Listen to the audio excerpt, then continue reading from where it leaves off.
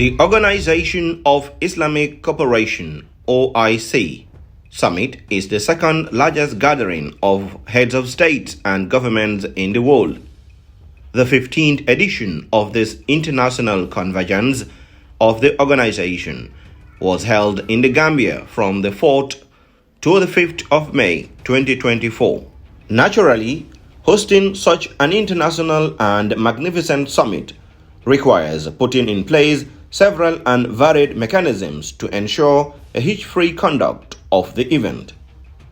One of the most important, if not critical, component of these mechanisms is the security and protection of the heads of states attending, VIPs, protection of critical national infrastructure, and most importantly, the venue of the conference. Another important component that is worth considering is the communication and infrastructure and all its attendant subcomponents, as well as their protection against espionage and avoidable attacks. Therefore, in order to forestall any unforeseen interruptions, sabotage, and in order to guarantee a hitch-free OIC summit, the Gambia Armed Forces has been at the forefront in the security domain to ensure the provision of maximum security for all heads of states and governments and VIPs attending the 15th OIC Summit. Additionally, GAF personnel from the Gambia National Army, Gambia Navy, and the Republican National Guard, including the State Guards battalions, have respectively ensured protection of critical national infrastructure, border entry points, both on land and at sea, with vigorous patrols and other operations. Furthermore, GAF ensured that a viable and secure communication network and infrastructure was provided for delegates and security personnel throughout the summit. In a similar but related vein, the Gambia Armed Forces also provided ceremonial functions such as guard of honor for the visiting heads of states, as well as their escort call outriders for the respective convoys. The Armed Forces also tasked, in line with its mandate, to provide aide-de-camps (ADCs) for all the visiting heads of states and VIPs.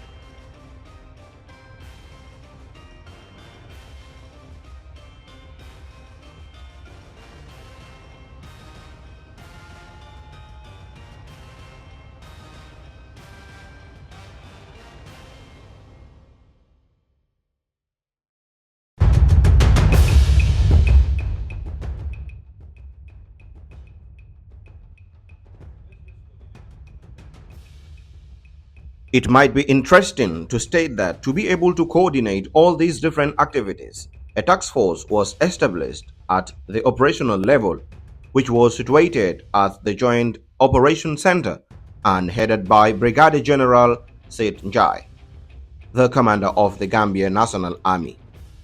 An operation was launched, codenamed Operation LUNTANG, headed by the task force commander, and it comprised of personnel from the Gambia Armed Forces as well as support elements from the sister services under the Ministry of the Interior and other security agencies. The task force was tasked with the responsibility of monitoring and ensuring maximum security for a seamless operation leading to a hitch-free OIC summit.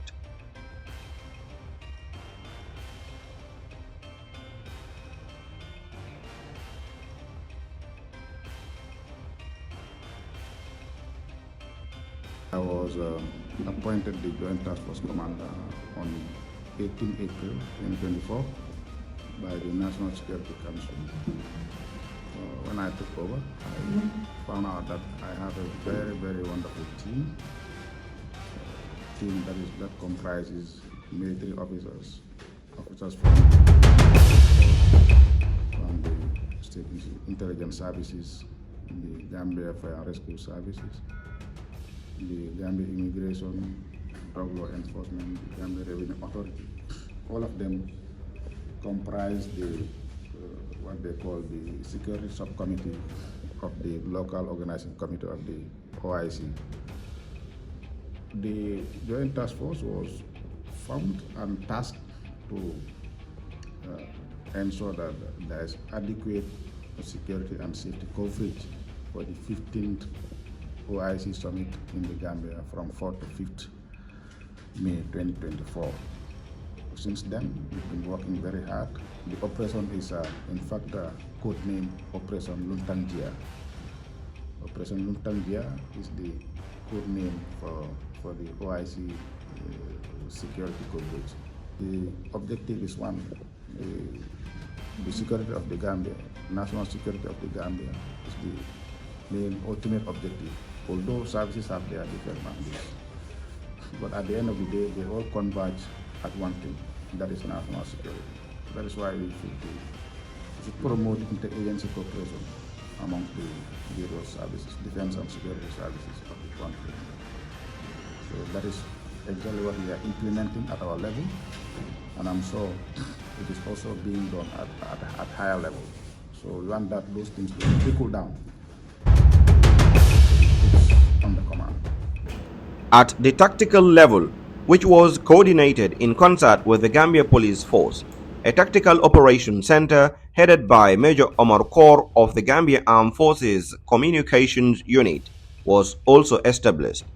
The center was responsible, among other tasks, with surveillance as well as providing a viable and secure communication channel for all the services taking part in the operation. That is, the Gambia National Army, Gambia Navy at sea, and the Republican National Guards, including the State Guards Battalion and the Gambia Police Force. And the multiple channels I talked about, what you are seeing here, starting it from the Central Command, the OIC Command, we have the JOC, that is where the Joint Task Force Command is based. We have the delegates, that is the coming countries. Each of these countries is provided with a separate channel that the security can communicate within themselves without any interference. Again, we have the command to command, that is from the Tactical Operations Center to the Joint Operations Center and the other Tactical Operations Center at the airport. We have the Sadada Kewa Jawara, which we also cover in terms of communication, and they communicate independently. We have the BANJUL International Airport communication security, and this security is provided with communication independently with a channel. We have what we call the route lining. The route lining is the security from the airport down to Banjul. And anywhere a holder of these radios are, we can figure you out on this board. We know your location anytime, anywhere you are. All protocol officers are also given a radio set for ease of communication. Furthermore, at the Banjul International Airport, troops led by Major Demba Balde were deployed to beef up security for the airport and its environs. These troops conducted routine day and night patrols to ensure maximum security for the airport and other critical national assets. I am Major Demba Balde, in charge of the general security of the airport for this OIC summit.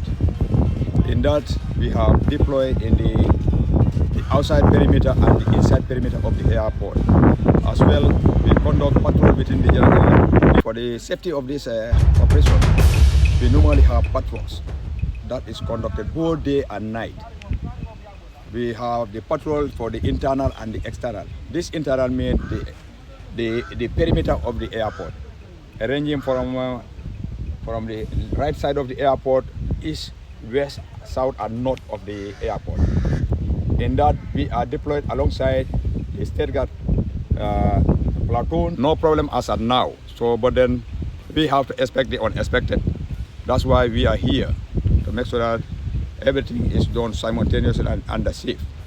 So I think if you can see for yourself, the men are here, stationed here with their support weapon or whatsoever. They are ready for anything, for any eventuality. So this covering for our AOR, it ranges from even the gate. If you can check at the gate, we have an APC that is fixed at the gate to deter any interference into our operation. So therefore, the area of the airport is fortified, well fortified. As of now, everything is okay.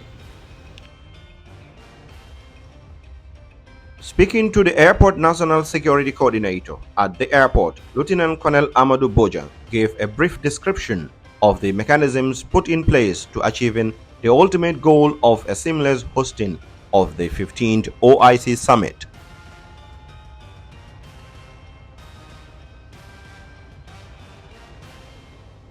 I am deployed at the airport to coordinate the security activities, particularly between the national securities deployed at the airport and the civil aviation securities, to make sure that the coordination between these two security outfits is well coordinated. In preparation for this OIC, we had our internal planning, security plan, and we factor from the entrance of the airport all the way to the VVIP. If you look at the airport, we have security layers.